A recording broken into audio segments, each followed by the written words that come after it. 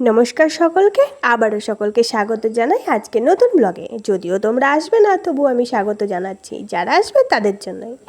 এই যে প্রথমেই যে ছবিটা দেখছো, এটা হচ্ছে একটা ফ্রকের ছবি। তোমরা বুঝতেই পারছো এটা আমি আমার মেয়ের জন্যই তৈরি করেছি।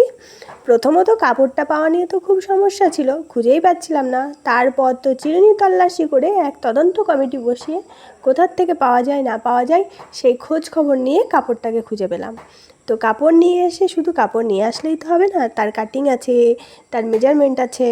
যার জন্য বানাবো তার অঙ্গ প্রত্যঙ্গের মাপটা তো আরও বেশি জরুরি।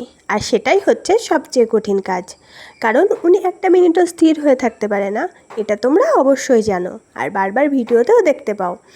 তো সেই যুদ্ধর পর্ব শেষ করার পর পানিপথ, পলাশি সমস্ত রকম যুদ্ধ কমপ্লিট করার পর কোনো রকমে মাপ নেওয়া হয়েছে।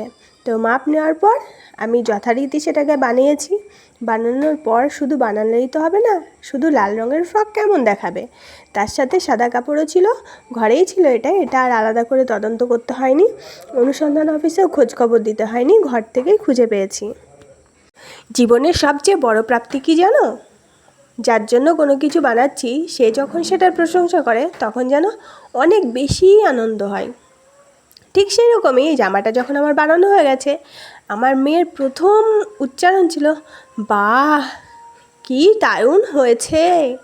এটা পাওয়ার পর মনে হলো যেন না, সমস্তটাই পাওয়া হয়ে গেল। আসলে ও প্রশংসা করতে খুব ভালো পারে, ওর যেটা পছন্দ হয় ও সেটা পরিষ্কার জানিয়ে দেয় যে খুব সুন্দর হয়েছে বা খুব পছন্দ হয়েছে, আমার খুব ভালো লেগেছে। এই ধরনের প্রশংসাসূচক উক্তি যেন করতেই থাকে, শুধু নিজের মধ্যে এটা সীমাবদ্ধ থাকে না, সবাইকে গিয়ে বলে মা আজকে ফ্রক বানিয়েছে আর একটা খুব সুন্দর পছন্দ হয়েছে। তো এই কথাগুলো শুনলে না মনের ভিতরটা মনে হয় যেন না, আর হয়তো কিছু পাওয়ার নেই। সে যাই হোক, শুধু বানালেই তো হবে না, আমার মডেল রানীকে সেটা পরিয়ে র্যাম্প ওয়াক করাতে হবে। ওকে যে রীতিমতো জামাটা পরিয়ে দিলাম, ও একটু ইনিয়ে বিনিয়ে আয়নার সামনে গিয়ে ঘুরে ফিরে চারিদিক দিয়ে দেখে তারপর বললো মা এবার একটু খুলে দাও। তারপর আমি জামাটা খুলে দিয়ে তার উপরে কাজ করতে বসলাম। এই যে কাজ, যেটা এখন তোমরা দেখছো। এইবার তো শুরু হলো আর এক যুদ্ধ, কারণ আমি রং তুলি নিয়ে বসবো আর আরেকজন রং তুলি নিয়ে বসবে না, সেটা তো হয় না। সে আরও বড় ধরনের কাপড় নিয়ে বসেছে রং করতে, তাকে সামলাবো না আমি আমার কাজ করব। ওকে যে কাপড়টা দিয়েছি রং করতে, ওনার সেই কাপড়টা পছন্দ না, উনি এখন এটার উপরে রং করবে। বারবার বলছে মা প্লিজ আমাকে একটু দাও না, আমাকে একটু দাও না, আমি এটার উপরে রং করি। আমি তো ভেবে নিয়েছি যে এইবার তো হয়ে গেছে কাজ শেষ, কারণ এইবার যদি আমি না দিই তাহলে উনি জুড়বেন কান্না, আমার কাজের 12টা তো বেজে যাবে।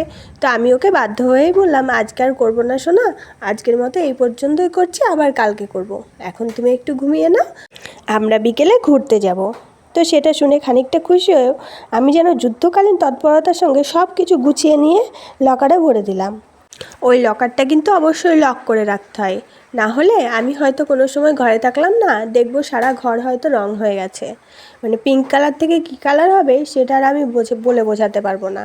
সে যাই হোক, তোমাদের সঙ্গে কথা বলতে বলতে আর এই সমস্ত কথা শেয়ার করতে করতে আমার অনেকটাই কাজ এগিয়ে গেছে, তোমরা দেখতেই পাচ্ছ।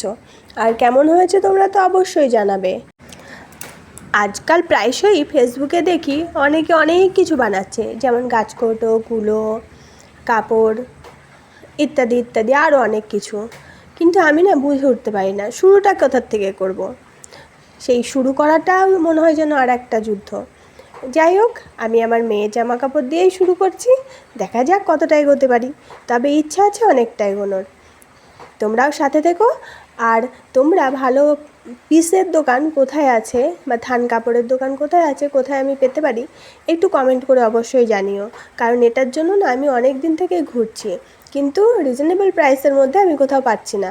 যে দোকানগুলোই দেখেছি সেগুলোতে প্রাইস তো অনেকটাই হাই, আবার কাপড়ের কোয়ালিটিও তেমন কিছু ভালো না। এই কাছাকাছি হাবড়া, বনগাঁ এই জায়গাগুলোর মধ্যে কোথায় পাওয়া যেতে পারে তোমরা অবশ্যই কিন্তু কমেন্ট করে জানিও। কাজ প্রায় শেষের দিকে, ফুল লুকটা তোমাদের সামনে নিয়ে চলে এসেছি, তোমরাই দেখে বলো কেমন হয়েছে। আজকের ভিডিও তোমাদের কেমন লাগলো অবশ্যই কমেন্ট করে জানিও। পরবর্তীতে আরও অনেক ভিডিও